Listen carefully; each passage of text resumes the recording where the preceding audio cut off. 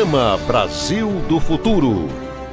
Notícia, opinião, as personalidades mais importantes e relevantes do cenário político passam por aqui. Tudo o que você precisa para começar o dia bem informado sobre os assuntos de Ribeirão Preto, do Brasil e do mundo, da política e do governo do Partido dos Trabalhadores. Apresentação: José Alfredo Carvalho, Nando Medeiros. Programa Brasil do Futuro.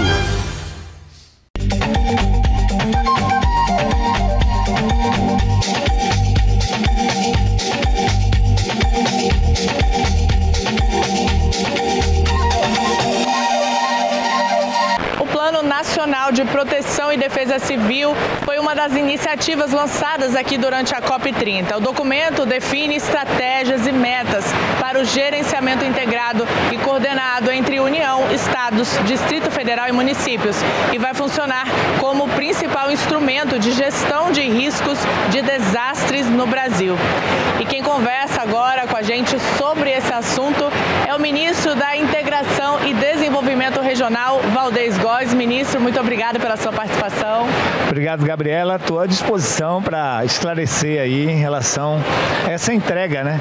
O presidente Lula tem dito que a COP30 é a COP da implementação, da verdade.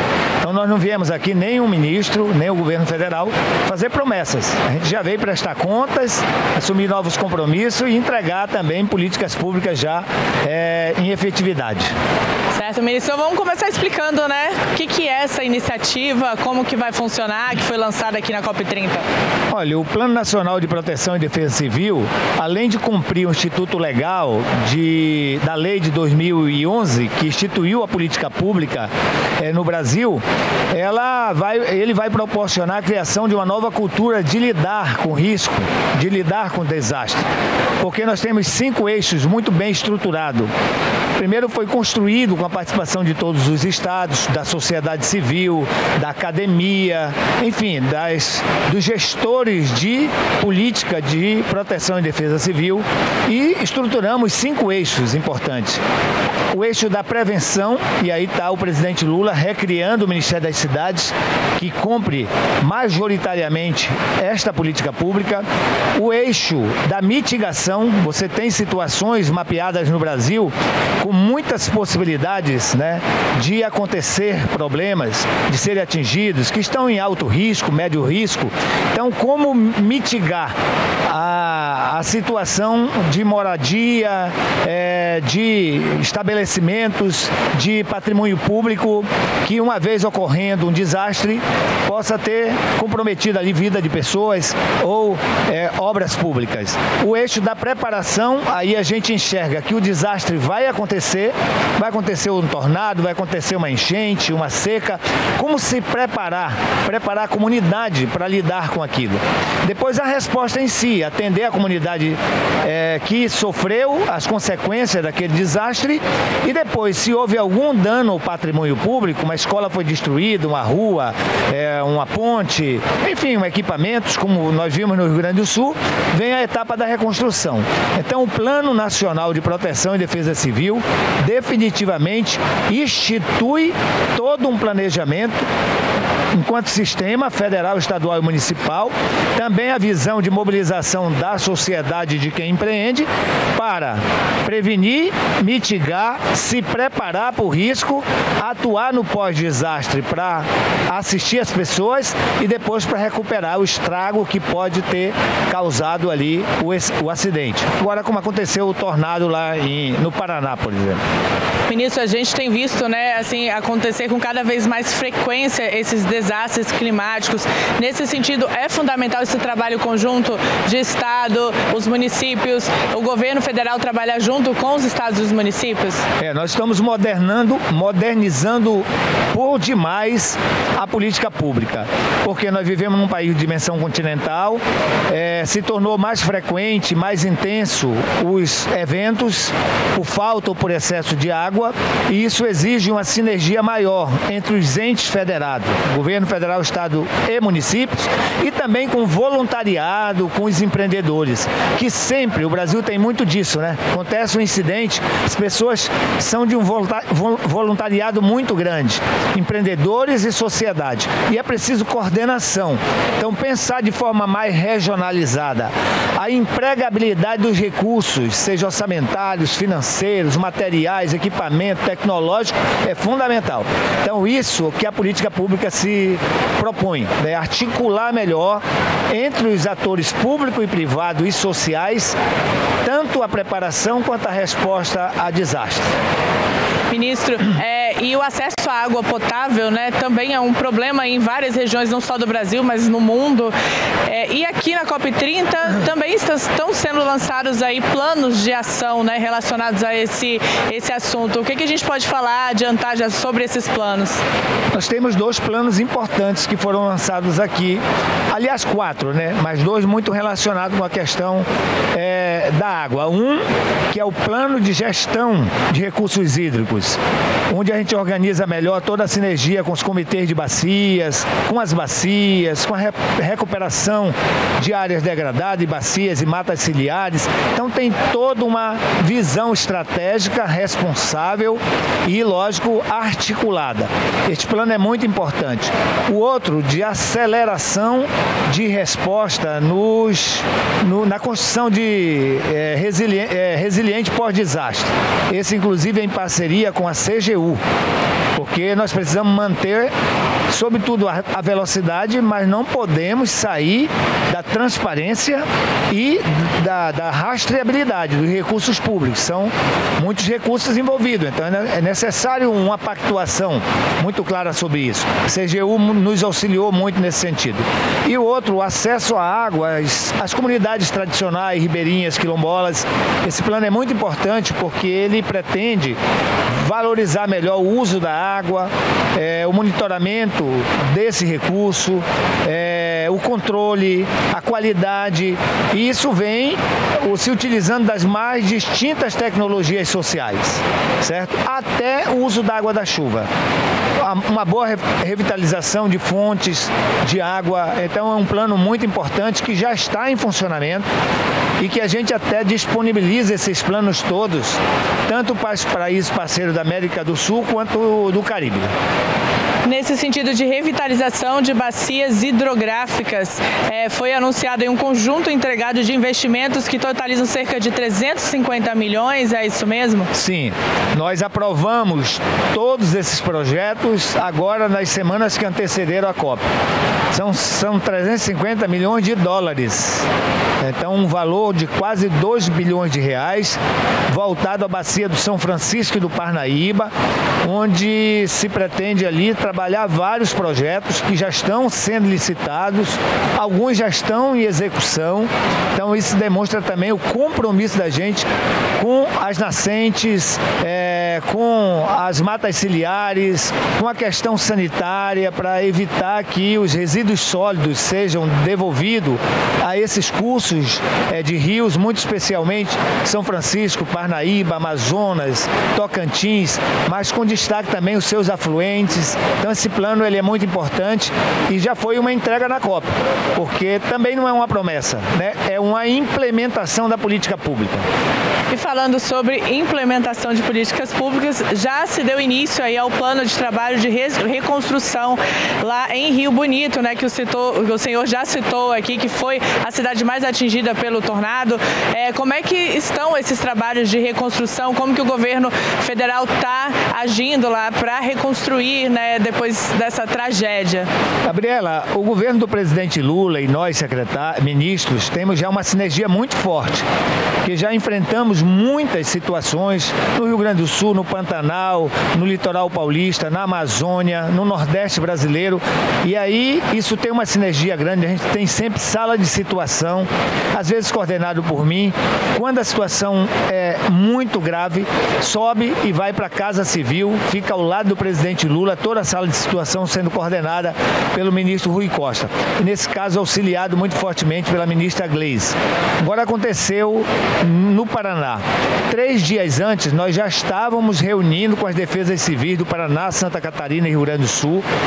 No dia do evento, que foi sexta-feira, eu e Gleisi falamos com todas as autoridades locais. Sábado, a ministra Gleisi já foi para a região do Rio Bonito do Iguaçu com 4 ministérios, já com a Força Nacional do SUS, com a Força Nacional do SUAS, com Caixa Econômica, Ministério das Relações Institucionais, o da Integração e Defesa Civil. No domingo eu fui para lá, visitei a área atingida tanto na cidade quanto no interior, as áreas de assentamento, e levamos técnicos que já trabalharam planos no primeiro dia pós-desastre.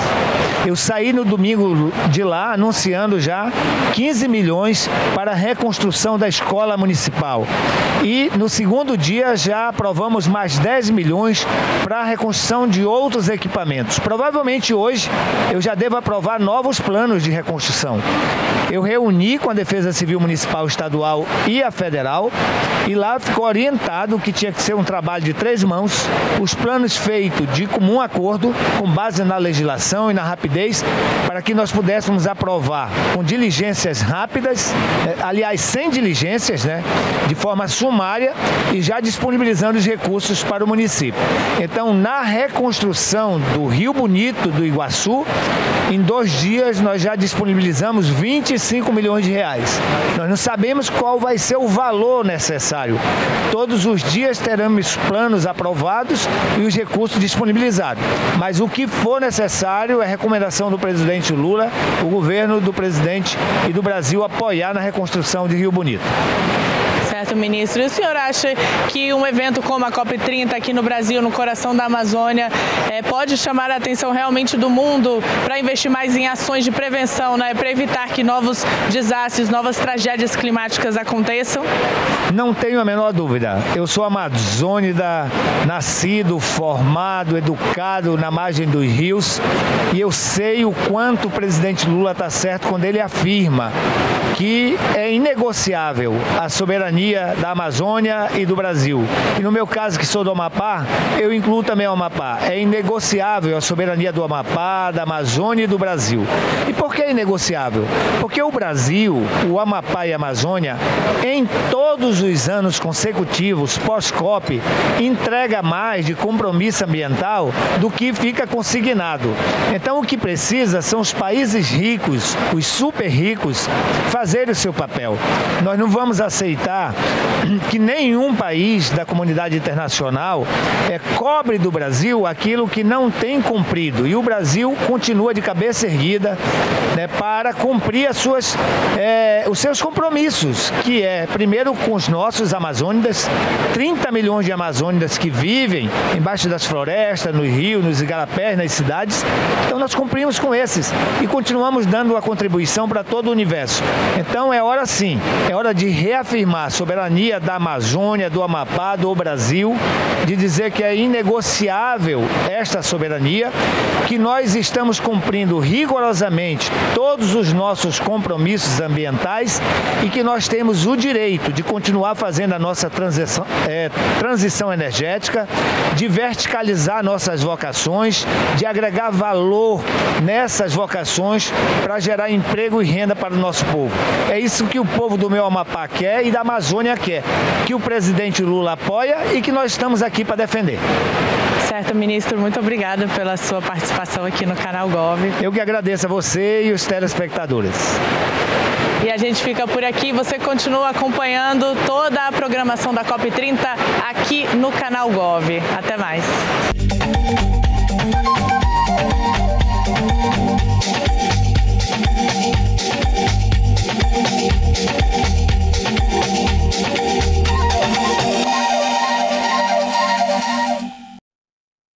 O Brasil é dos brasileiros e das brasileiras. Nosso país é soberano, um país único que tem diversidade, riqueza e seu maior diferencial, o povo brasileiro.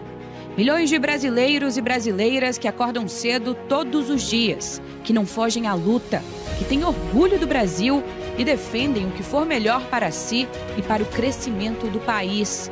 Um povo que sabe a importância de ter casa, luz, comida na mesa, respeito ao trabalho e dinheiro no bolso para viver com dignidade. Estamos aqui para ser o canal e a voz do maior partido de esquerda do mundo, da nossa militância, dos trabalhadores e trabalhadoras do país. Assim como o Brasil cresce, nossa comunicação cresce também. Registramos os momentos históricos do país, priorizamos as principais coberturas, acompanhamos de perto o que muda de fato na vida do povo. A partir de hoje, o Brasil sai do mapa da fome. Aqui valorizamos o povo brasileiro, damos voz a quem ajuda o Brasil a crescer, a quem dá a cara para enfrentar injustiças sociais, lutar por justiça tributária e defender nossos diferenciais. Quem luta para garantir educação a todos, crédito para o trabalhador e mudanças sociais de verdade.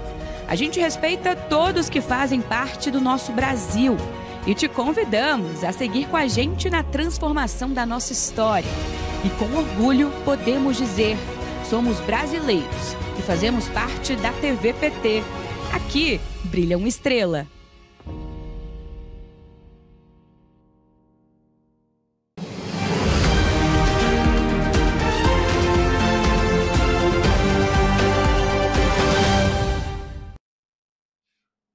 Está começando mais uma edição especial do Jornal PT Brasil e você vai acompanhar uma entrevista especial sobre o Dia da Consciência Negra, além de reportagens sobre os investimentos e reforço no SUS e a tecnologia desenvolvida para analisar projetos legislativos com foco na igualdade de gênero.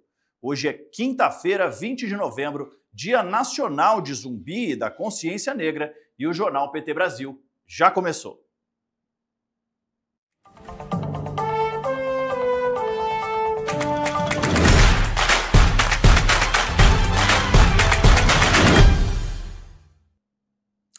Olá para vocês, quem apresenta esse jornal com a gente em língua brasileira de sinais são Marcelo e Nayane. Aproveite e deixe seu comentário aqui na nossa programação e a gente abre essa edição falando sobre o Dia da Consciência Negra, conversando com a Romilda Pisani, integrante do Fórum Nacional de Mulheres Negras do PT e também presidente do Fórum Permanente das entidades do Movimento Negro de Mato Grosso do Sul. Boa tarde, Romilda. Obrigado pela participação aqui com a gente.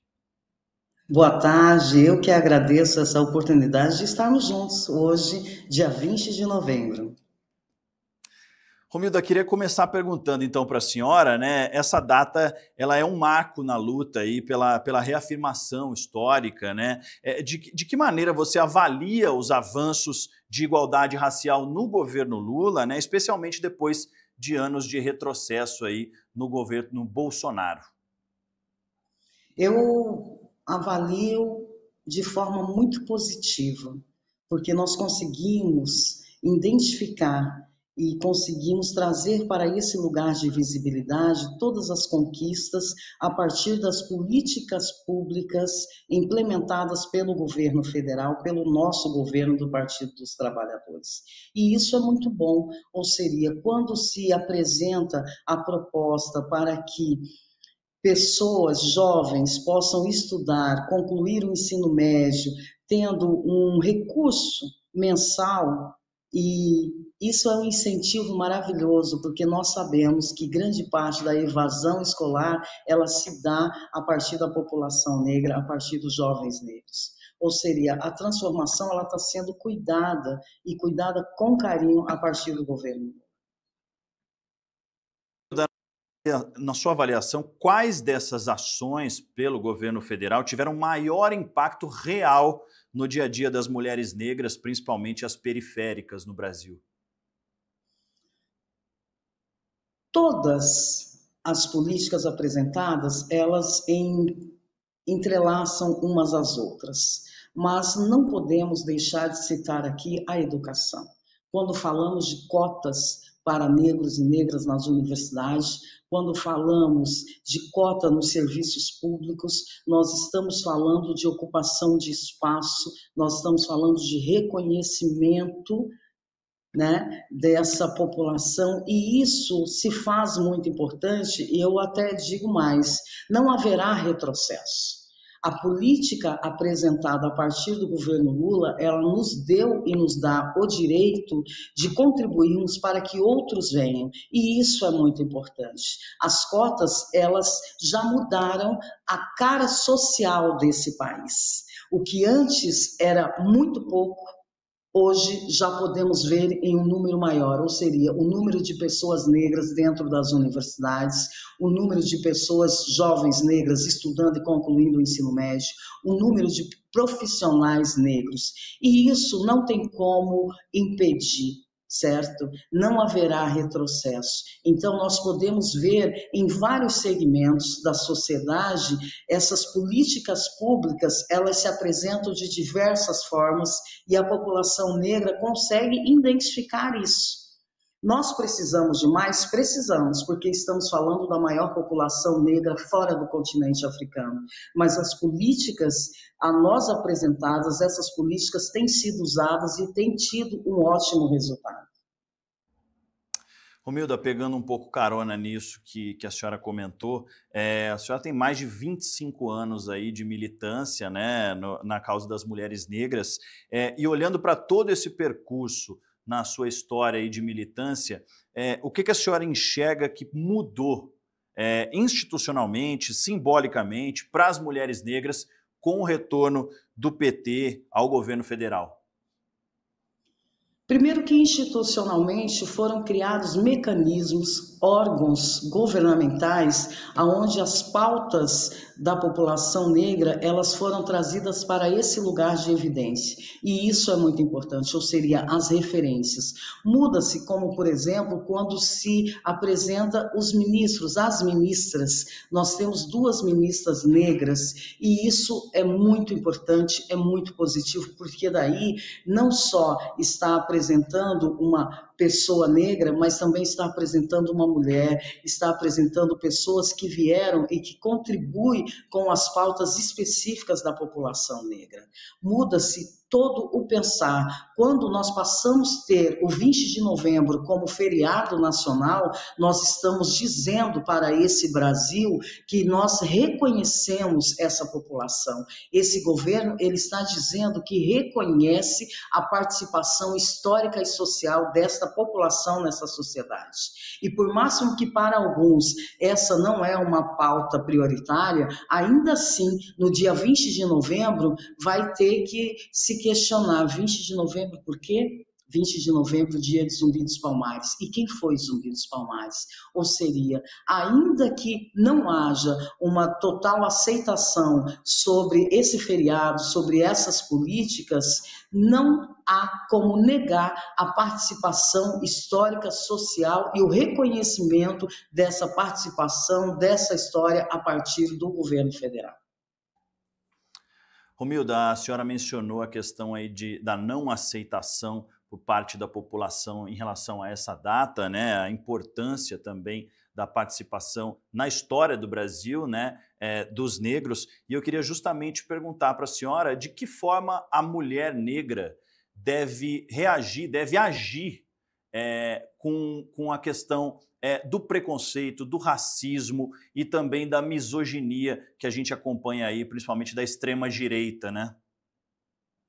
Nós estamos falando a realidade, né? Nós estamos falando de que sim, existe uma parcela nesse país, uma parcela de pessoas nesse país que não aceitam a fala sobre a democracia racial, Existe um grupo de pessoas que entende-se que os direitos a existirem, só eles podem ter acesso. É reconhecer isso. E ao reconhecer isso, enquanto mulher negra, enquanto mulher periférica, enquanto mulher presente nessa sociedade, é reconhecer que os seus direitos têm que ser respeitados. É buscar mecanismos para diminuir esse sistema racista que insiste em colocar invisibilizar essas mulheres negras. É procurar os seus direitos, seja nos conselhos estaduais dos direitos do negro, seja nas delegacias. A melhor forma de combater é a denúncia. Nós temos leis que nos garantem. É buscar esse instrumento em especial para então tentar combater esse racismo que está presente nos mais diversos espaços e presente também no dia a dia. É o dia após dia, lutando contra esse racismo. E a mulher negra, ela tem essa história com essa sociedade, ou essa sociedade para com a mulher negra, em relação ao racismo. É o racismo por ser mulher preta, é o racismo por ser uma mulher periférica, é o racismo a partir da violência doméstica, é o racismo a partir do feminicídio. Nós precisamos combater tudo isso com o instrumento principal, que é a justiça. Nós temos leis, nós temos um governo que contribui para que esses mecanismos sejam acessados e, a partir disso, com certeza, faremos a diferença. Nós temos órgãos governamentais que podem contribuir de forma mais direta. Hoje, nacionalmente, você pode ir num órgão da OAB, nesse órgão tem os espaços dos advogados, as comissões de combate ao racismo, aonde você pode, a partir dessas comissões, buscar esse assessoramento jurídico e fazer a sua denúncia. E vários outros órgãos que estão colocados para a sociedade acessar quando se sentirem violados nos seus direitos, em especial as mulheres.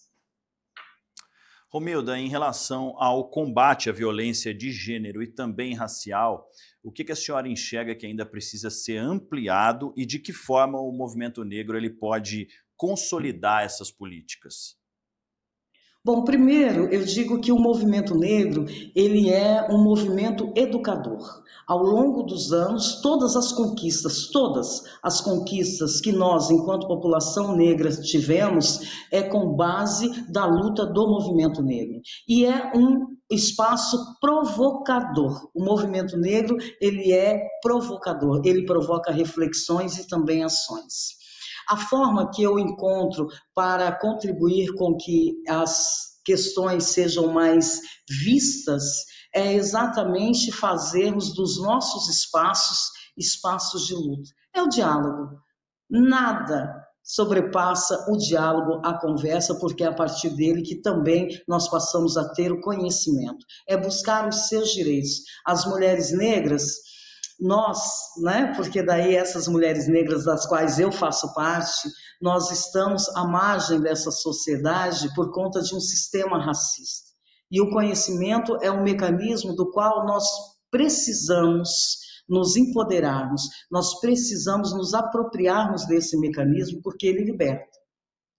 E ele libertando, ele vai com certeza contribuir com que outras gerações não passem pelo que estamos passando e que as que nos antecederam passaram. Esse é o processo e esse é o caminho, o conhecimento. Romilda, para finalizar, já que a senhora comentou dessa questão das que já passaram e também lutaram, no Dia da Consciência Negra muito se fala sobre legado, sobre memória, sobre resistência, né? Que mensagem você deixaria para as mulheres negras que estão começando agora na militância, né? Especialmente aquelas que, como você um dia, né, vieram das periferias e estão descobrindo a sua identidade racial? Primeiro que é muito importante esse descobrimento, a língua deu uma travada. É muito importante esse descobrimento porque quando você se apresenta como sendo uma pessoa negra, você está dizendo para a sociedade que você está disposta a lutar. Ou seria, é uma afirmação política. E nós precisamos que mais pessoas se afirmem politicamente, porque esse país é um país negro. Quando falamos que mais de 52% da sociedade desse país é afrodescendente, nós estamos dizendo que esse país é negro, que essa cultura é negra, que essa culinária é negra. Não tem por que negar essa origem. É se colocar para a sociedade, se apresentar como negro e fazer parte desse processo de luta, porque com isso nós acreditamos que iremos sim mudar essa sociedade e contribuir com que essa sociedade de fato seja igualitária.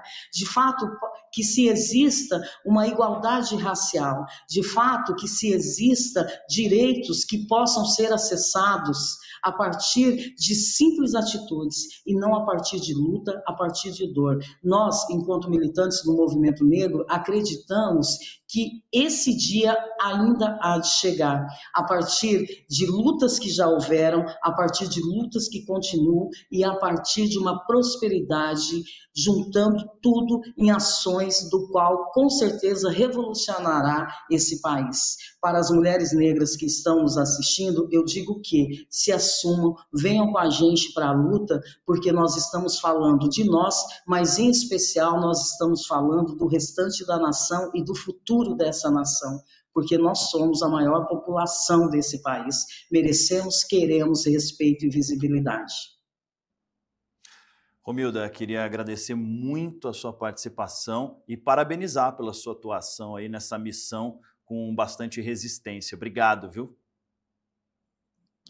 Muito obrigada. E que hoje, dia 20 de novembro, seja um dia não só para celebrar, porque temos sim muito o que celebrar, em especial a partir do governo Lula, mas nós temos essa data também como reflexão. Então, reflita para você não negro, reflita sobre as suas ações, o que você tem feito para diminuir o racismo no cotidiano das pessoas.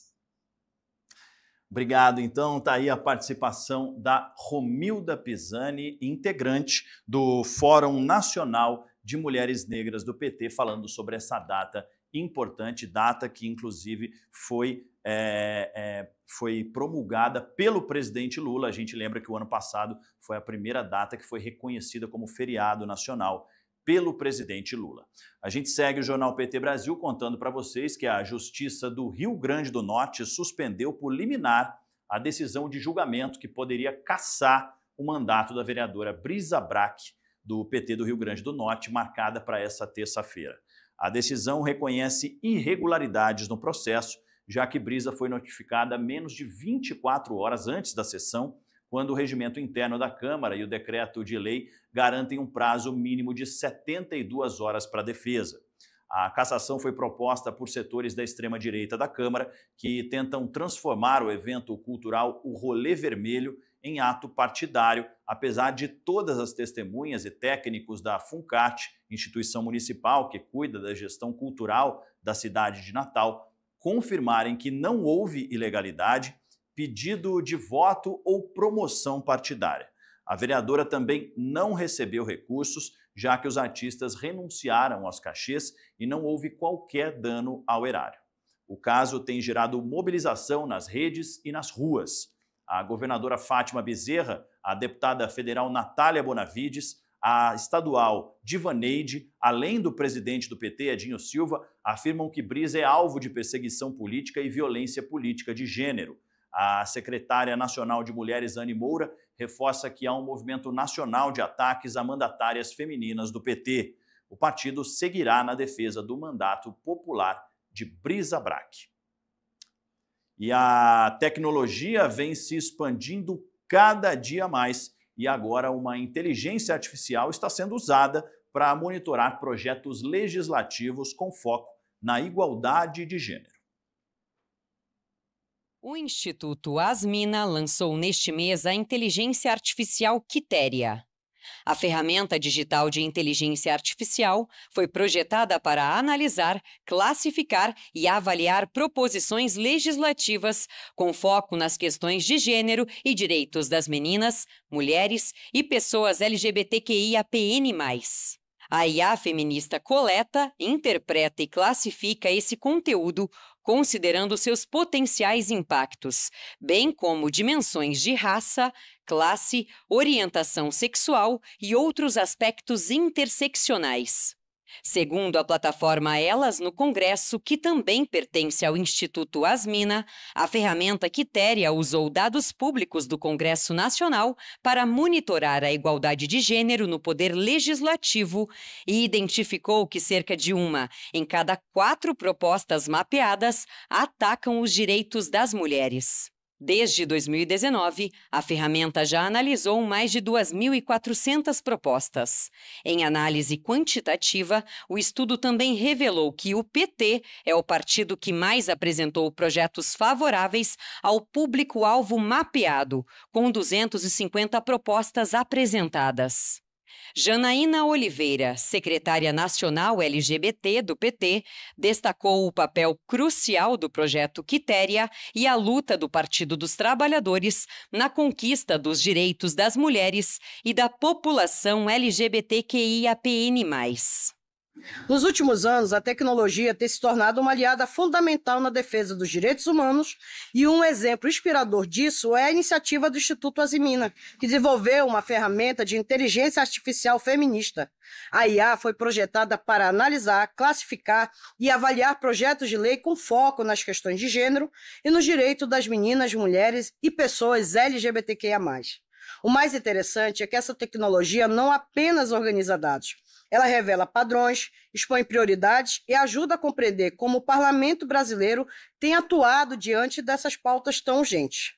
A partir dos levantamentos feitos pela IA, o resultado chama atenção. O PT é o partido que mais apresenta projetos de leis favoráveis ao público-alvo analisado, demonstrando maior alinhamento com políticas de proteção, promoção da igualdade e enfrentamento às violências. Essa é uma ferramenta que fortalece o debate público, qualifica o monitoramento das políticas legislativas e amplia a capacidade da sociedade de acompanhar com mais transparência quem realmente está comprometido com a agenda de direitos. A IA mostra que quando a tecnologia se une ao compromisso político e social, a democracia se torna mais forte. E isso garante direito para todos, todas e todos.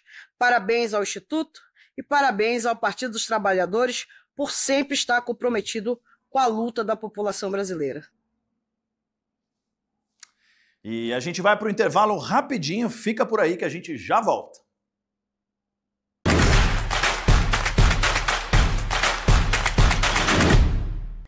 Quer ver mais mulheres ocupando espaços de poder? Então se liga no Elas por Elas.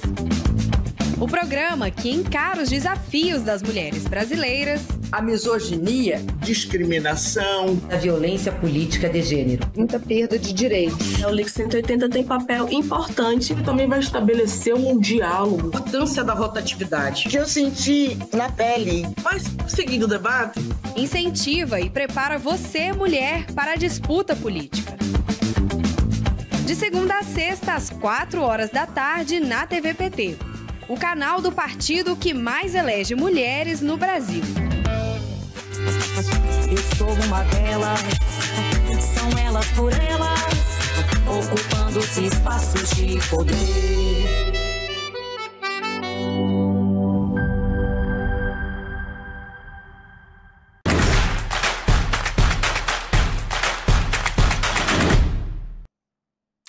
Estamos de volta com o jornal PT Brasil. E em um momento em que o Brasil recoloca a saúde pública entre suas prioridades, o governo Lula acelera ações que já impactam o dia a dia dos brasileiros.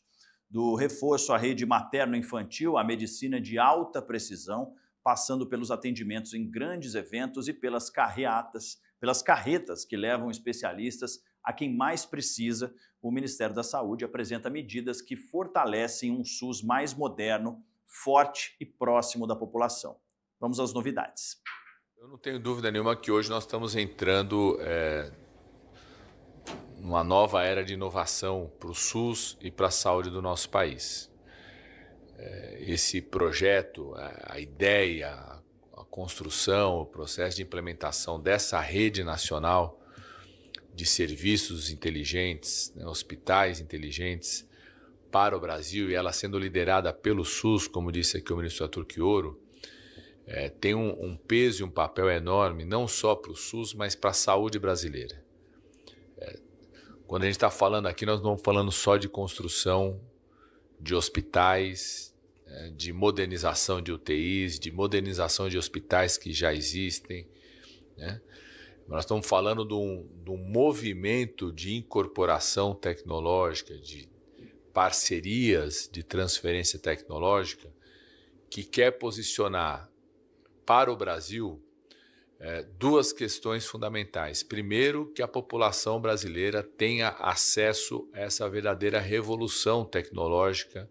O que nos move, antes de mais nada, é que o povo brasileiro tenha acesso ao que tem de melhor do ponto de vista tecnológico para a gestão e para o cuidado nos hospitais daquilo que a gente está vendo no mundo. O que nos move é que o Brasil, com esse movimento, vai construir hospitais, vai construir conhecimento sobre isso, vai gerar emprego e vai atrair e construir empresas que produzem esses equipamentos, vai construir no campo das nossas universidades, né? E por isso a importância da relação com as universidades, com os nossos institutos de ciência e tecnologia, produção de conhecimento sobre isso. Nós queremos fincar o nosso pé, né, nessa verdadeira revolução tecnológica que está acontecendo em alguns hospitais do mundo e que o Brasil quer fazer parte dela, né?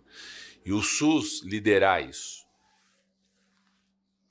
Bom, a gente viu aí a fala do ministro Padilha, mas agora sim a gente vai então acompanhar uma reportagem trazendo todas essas novidades do SUS. Vamos lá.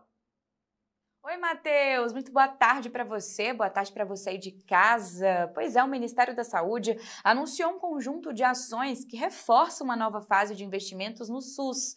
É uma fase marcada pela expansão de serviços, modernização tecnológica e uma maior presença do Estado em regiões com vazios assistenciais.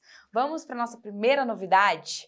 Bom, após um incêndio que atingiu a maternidade do Hospital Geral Dr. César Caos, em Fortaleza, o governo Lula autorizou o repasse emergencial de 28 milhões de reais para reforçar o atendimento materno-infantil no estado.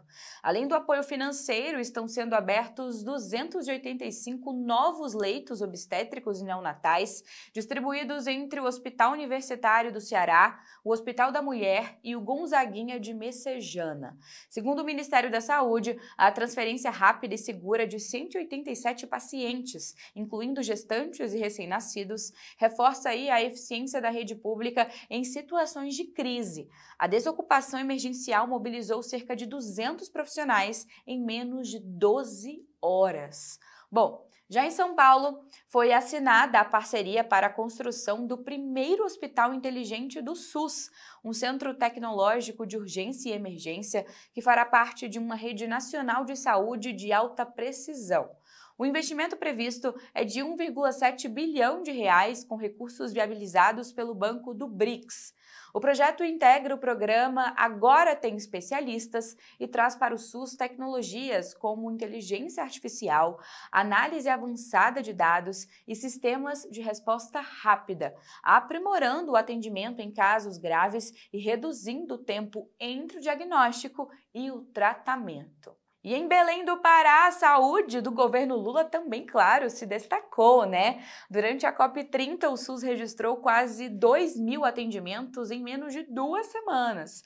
A maioria dos casos clínicos foram resolvidos ali mesmo pelas equipes que permaneceram de prontidão 24 horas. Vale lembrar que nada disso ali comprometeu o funcionamento regular da rede local.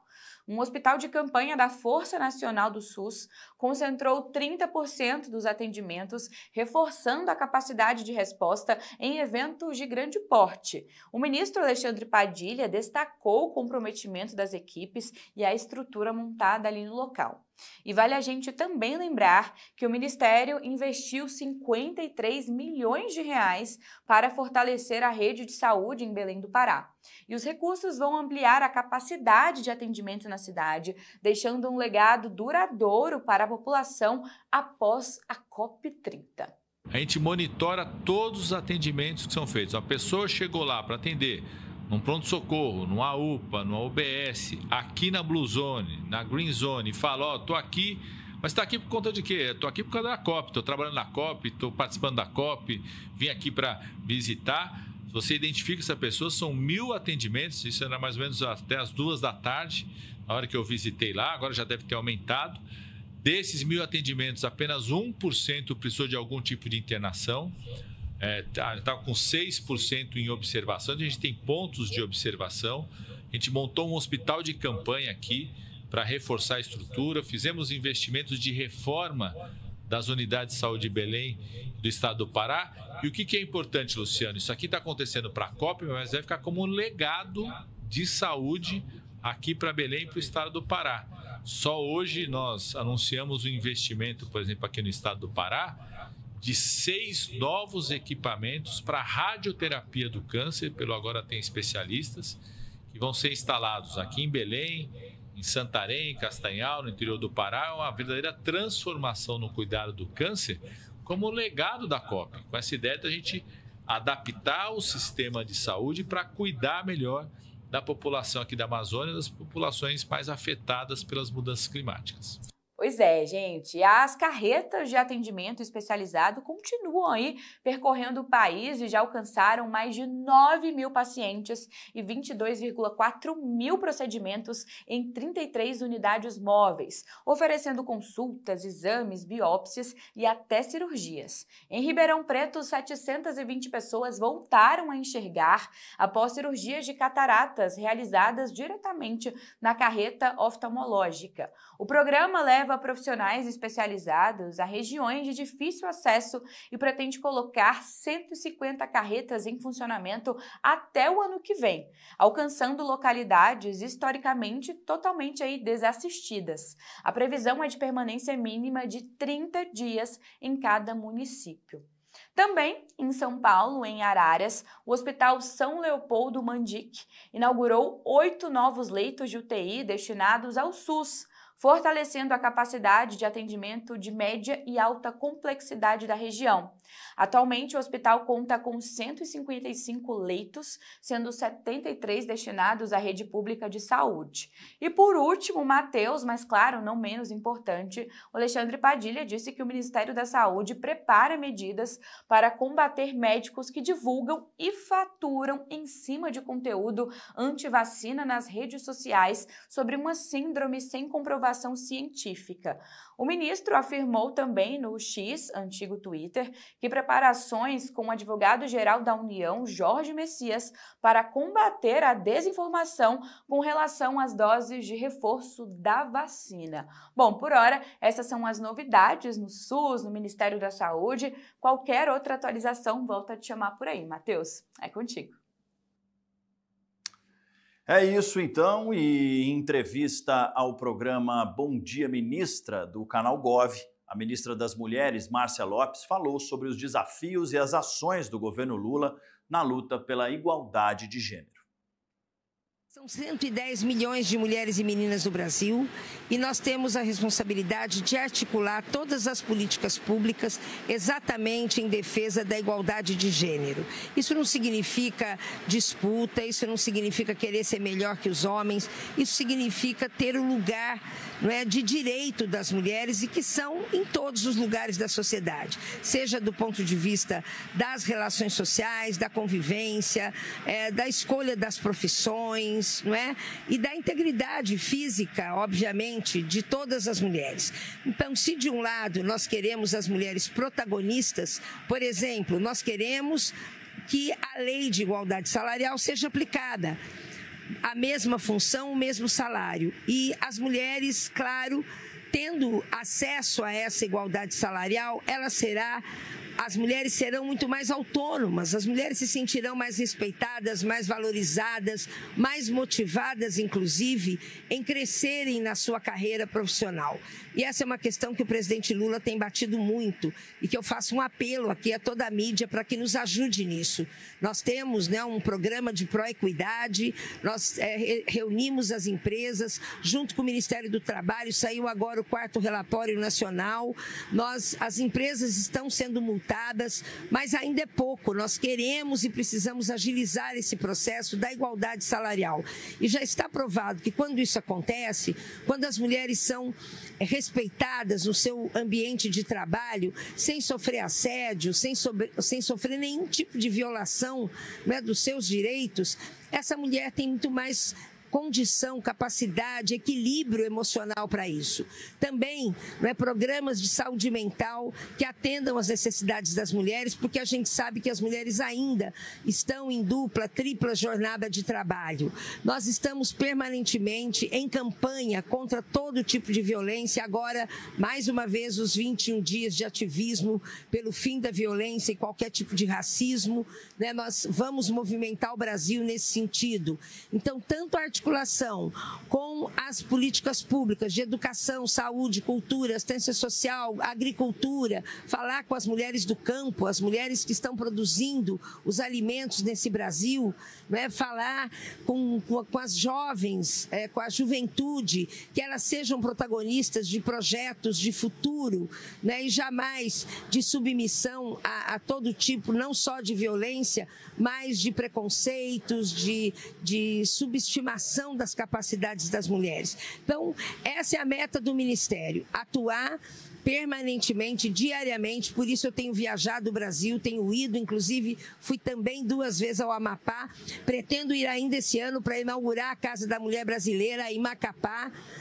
Espero que até a primeira quinzena de dezembro a gente inaugure essa casa, que vai ser um marco, né, para que o Estado e o município de Macapá, pela região metropolitana, atenda as mulheres vítimas de violência e seja uma referência da rede de proteção a todas as mulheres. Então, essa é uma luta árdua, é uma luta de uma sociedade de classes, é uma luta de uma sociedade que ainda discrimina a mulher, embora a mulher já provou, né, há muito tempo que ela pode estar, tem capacidade de estar em todos os espaços, com muita competência, com muita dedicação e com muita determinação.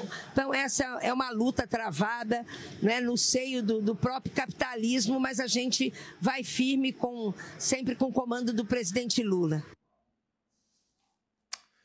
E o Jornal PT Brasil de hoje fica por aqui. Muito obrigado pela sua companhia. Eu te espero amanhã. Ótimo feriado para você e até lá. Tchau!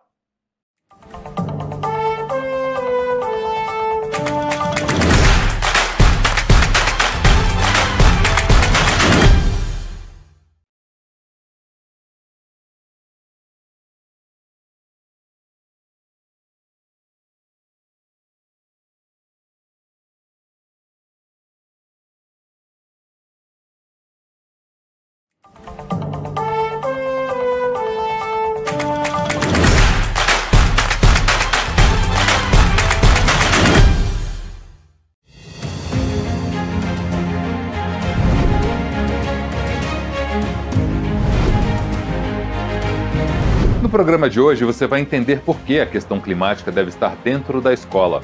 Vai conferir a denúncia do fechamento de salas de aula em São Paulo e vai saber mais sobre a dupla jornada das professoras. Acompanhe.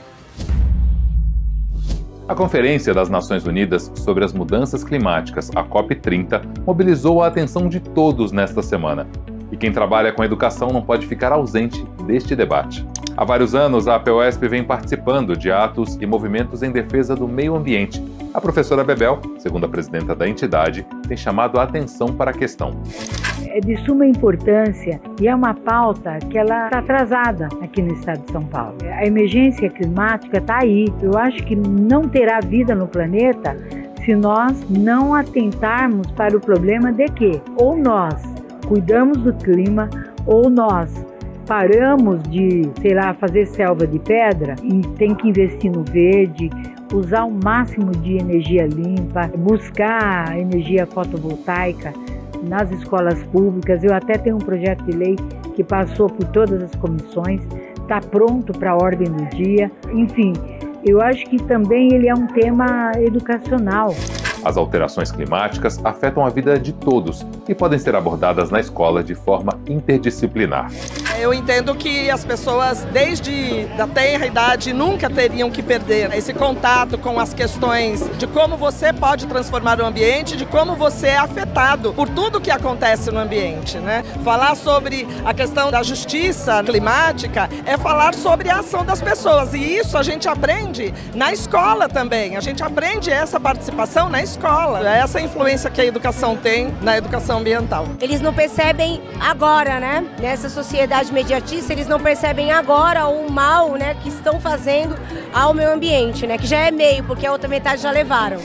Mesmo tendo como foco a Amazônia, a COP30 também chamou a atenção para a preocupante situação dos oceanos. O planeta que a gente chama de Terra, na verdade, é mais de 70% água, né? E mesmo assim, o oceano e tudo que ele representa para a humanidade é muito pouco explorado nos currículos escolares, né? E aí, né, a gente pode começar a pensar nesse ambiente, entendendo como esse ambiente influencia diretamente a nossa vida, como as nossas ações influenciam o oceano. Essa é a chamada cultura oceânica, que é basicamente entender essa relação que nós temos com o oceano.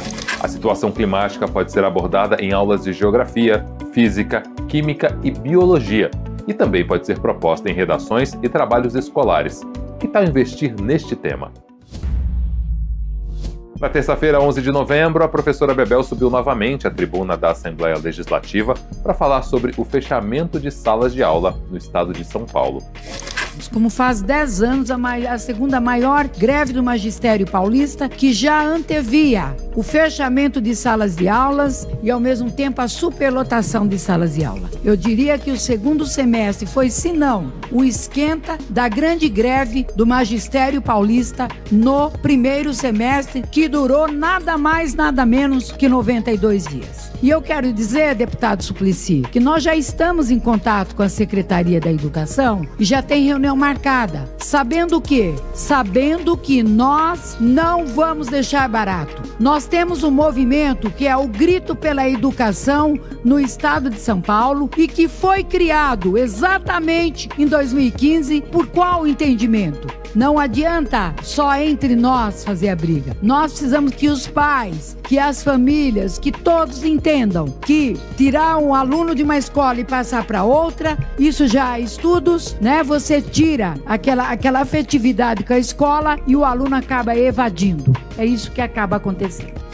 A professora relembrou pesquisas que indicam um número ideal de alunos por sala de aula. Quando a gente disse, no máximo 25 alunos por salas de aula. Essa é a luta da POS. Agora, se os prédios estão grandes porque tem menos aluno, a lógica é implantar o número ideal de aluno por salas de aula. Uai, qual é o número ideal? 20 no primeiro ciclo, 25 no segundo ciclo do ensino fundamental e ensino médio, 25. Esse é o número ideal. Essa seria a possibilidade de a gente chegar na qualidade do ensino. Não adianta falar em qualidade de ensino sobrecarregando professores, com classes superlotadas, com inúmeras injustiças que ocorrem com os professores. A professora e deputada abordou também o tema da segurança alimentar na escola, que afeta toda a categoria. Que o senhor abraçasse uma causa que nós tiramos na Comissão de Educação e Cultura, conjunta, toda a comissão. Vale para o governo Tarcísio e vale para o presidente Lula, que é garantir que os professores se alimentem, minimamente se alimentem da comida das escolas, porque eles não estão tendo condições de fazer comida, de estar, por exemplo, se ele fica tempo integral, não tem tempo de fazer comida. Se não é tempo integral, é parcial, ele vai dar aula em 1, 2, 3, 4, 5 escolas. E o que acaba acontecendo é que ele não tem viabilidade de comer. E há um adoecimento dessa categoria. Então, por toda essa razão, nós estamos pedindo para que nos coloque no PNAE, Plano Nacional de Alimentação Escolar, e aqui no estado também. Fazer uma articulação. Isso nós podemos fazer. A desigualdade de gênero e os baixos salários impõem uma jornada dupla às mulheres, que atuam como professoras. Nessa matéria, vamos falar sobre alguns dos impactos dessa sobrecarga. É uma rotina desgastante. Começa com o trabalho doméstico desde cedo, cuidar da casa e da família. Depois, tem que ir para o trabalho, onde passa horas em sala de aula, educando dezenas de alunos, além de cuidar das várias tarefas pedagógicas que a organização escolar exige. E quando volta para casa, o dia termina com mais um turno de tarefas domésticas. Para essas duas pesquisadoras que realizaram estudos com professoras da rede pública, esse ciclo diário cobra um alto preço. E essas atividades impactam no desenvolvimento profissional, no tempo de vida em poder escolher se dedicarem na formação profissional, nas suas carreiras profissionais. E é um trabalho que se estende para casa também, né, de preparação de aulas, No caso de pedagogas, por exemplo, muitas preparam as aulas em casa. Além desses impactos da dupla jornada ou da tripla jornada, também causarem desgastes na saúde das mulheres, tanto física quanto mental, no tempo de lazer, no tempo de autocuidado, que muitas vezes são secundarizadas ou mesmo inexistentes por conta das atividades do lar. A sobrecarga se torna mais grave com a precarização das condições de trabalho e afeta diretamente a saúde de quem atua nas escolas.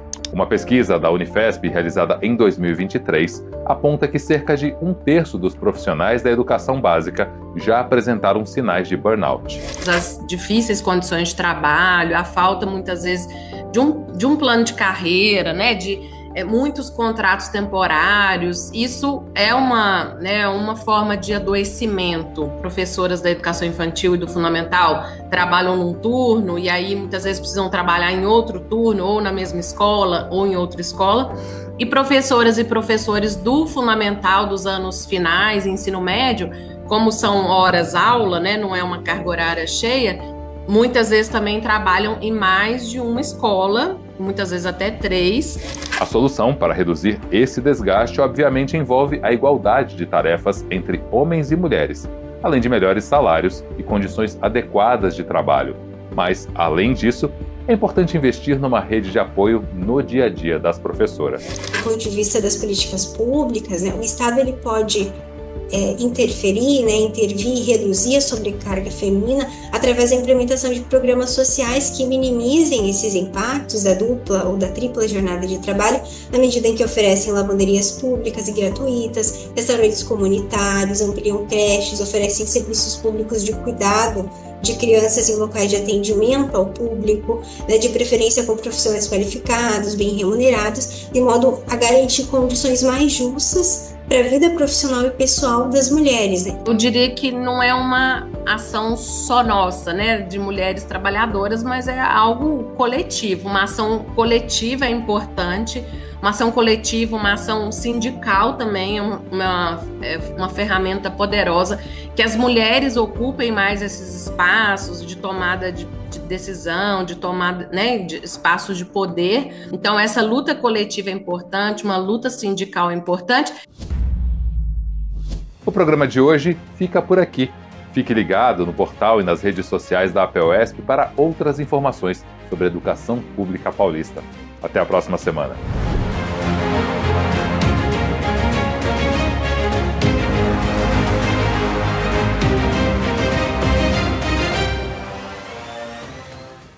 Você sabe, na hora em que precisa, é com o PT que você pode contar.